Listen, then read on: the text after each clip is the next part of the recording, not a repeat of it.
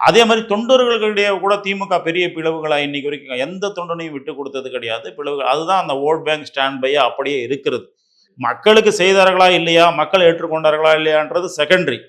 இந்த சண்டை சச்சரவுன்னு பார்க்கும்போது அந்த மாதிரி ஒரு வாய்ப்பு திமுகவில் வரலை. ஆனால் பாட்டாளி மக்கள் கட்சியில் வந்திருக்கிறது திமுகவுக்கு பெருத்த பலத்தை ஏற்படுத்திருச்சின்னு சொல்லுவேன் நான்.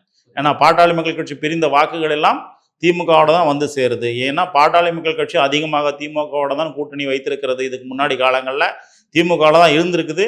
அதே மாதிரி பாட்டாளி மக்கள் கட்சி வெளியே வந்தவங்கலாம் திமுகவில் தான் அதிகமான பேர் போய் சேர்ந்துருக்காங்க. அதனால திமுகவுக்கு இது பெருத்த பலத்தை கொடுத்துருக்குன்னு பார்க்கலாம். இப்போ நடந்திருக்க இந்த பிளவு. இன்னும் ராமதாஸ் அவர்கள் போய் இணைஞ்சிட்டாருன்னா இன்னும் பெரிய பலமா இருக்கும் இல்லையா? ராமதாஸ் அவர்கள் இப்போ திமுகவுடன் சேருவதாக இருந்தால் அந்த பாதி வாக்குகள் அப்படியே திமுகவுக்கு போகும். அதில் எந்த மாற்றமும் இல்லை. ஆனால் இளம் வட்டங்கள், இளைஞர்கள் அதிகமாக அன்புமணி ராமதாஸ், அதாவது ராமதாஸ் அவர்களுடைய மகனுடன் போயிருக்கிறாங்க.